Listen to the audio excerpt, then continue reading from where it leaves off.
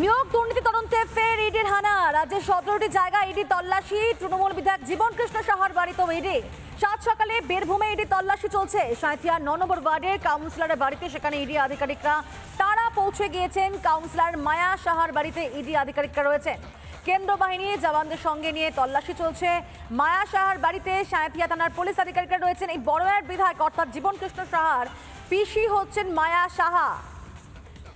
নিয়োগ মামলায় জীবন কৃষ্ণ নাম তো আগেই জড়িয়েছিল। নিয়োগ দুর্নীতি মামলায় গত বছরই সিবিআই তাকে গ্রেফতার পর্যন্ত করেছিল এবং তারপর জামিন পাওয়ার পরই আমরা দেখেছিলাম যে কিভাবে বেআইনি লেনদেনে বিষয়ে তৎপর হয়েছিলেন ইডি আধিকারিকরা।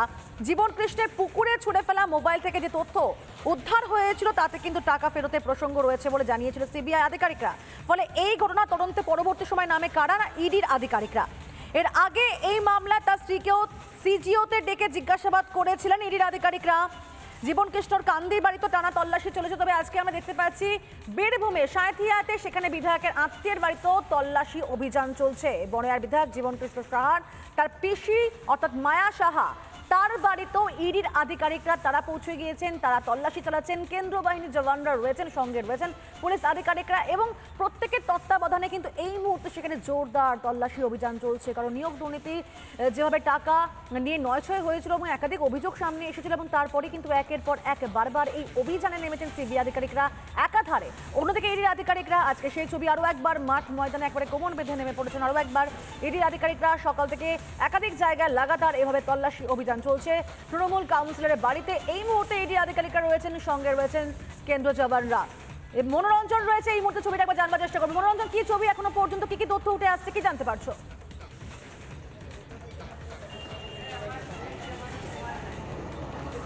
দেখো, এই হচ্ছে মায়া সাহার বাড়ি। জীবন কৃষ্ণ সাহা, যিনি মুর্শিদাবাদের বড়োয়ার বিধায়ক, সেই বড়োয়ার বিধায়কের পিসি হচ্ছেন মায়া সাহা। তিনি তৃণমূল কংগ্রেসের সাঁইথিয়া পুরসভার 9 নম্বর ওয়ার্ডের কাউন্সিলর।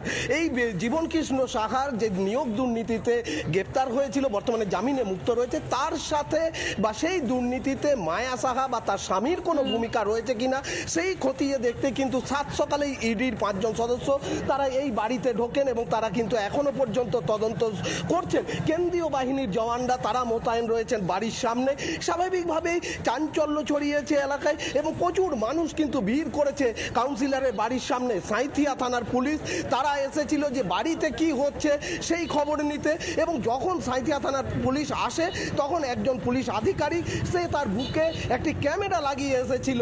তারা ভেতরে ঢুকতেই কিন্তু কেন্দ্রীয় বাহিনীর জওয়ান তাদের আটকে দেয়, বলে তাদের যে অফিসার আছে সে বেরিয়ে আসবে এবং কথা বলবে, তারপর তিনি যদি অনুমতি দেন তবেই ভেতরে ঢুকতে পারবেন। কেন্দ্রীয় বাহিনীর যিনি আধিকারিক তিনি আসেন এবং সাঁইথিয়া থানার একজন পুলিশ আধিকারিককে তিনি একটুখানি গেটের ভেতরে ঢুকতে দেন কয়েক পা, এবং তার যে ক্যামেরা সেই ক্যামেরাটিকে খুলে রাখা হয়।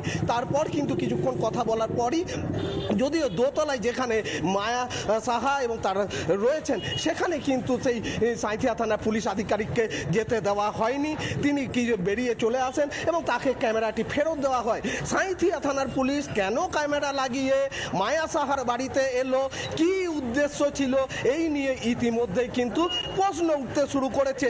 ইডি আধিকারিকরা এসেছেন, কেন্দ্রীয় বাহিনীর জওয়ানরা এসেছে, সেখানে রাজ্য পুলিশ এলো এবং ক্যামেরা লাগিয়ে, বুকে ক্যামেরা লাগিয়ে কেন এলো, এই প্রশ্নই কিন্তু এই মুহূর্তে সব থেকে বড় আলোচ্য বিষয় হয়ে দাঁড়িয়েছে।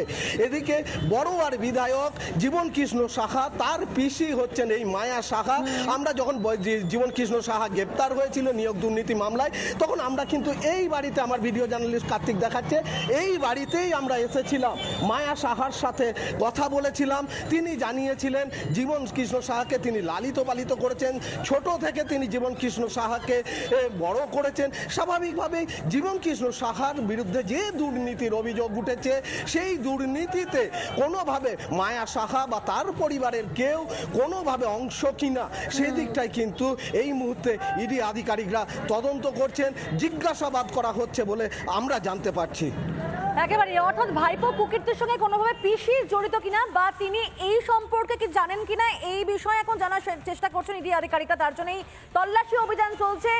নানা ধরনের কন্টেন্ট দেখার জন্য লাইক করুন, শেয়ার করুন আমাদের ফেসবুক পেজ, সাবস্ক্রাইব করুন আমাদের ইউটিউব চ্যানেল।